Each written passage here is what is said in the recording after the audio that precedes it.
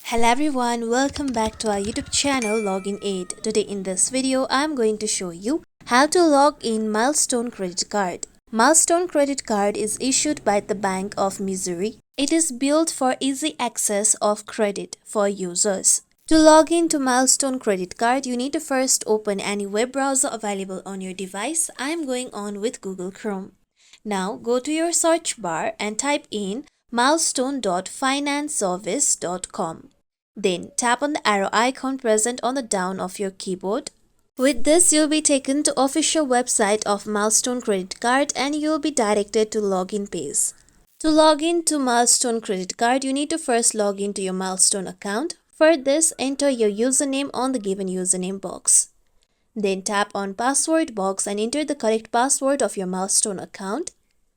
If you haven't created your Milestone account, you can tap on register your account option. If you don't remember your username or password, you can tap on forgot your username or password option. After entering your login details, tap on login. With this, you'll be able to log into your Milestone account and you'll be logged into your Milestone credit card as well.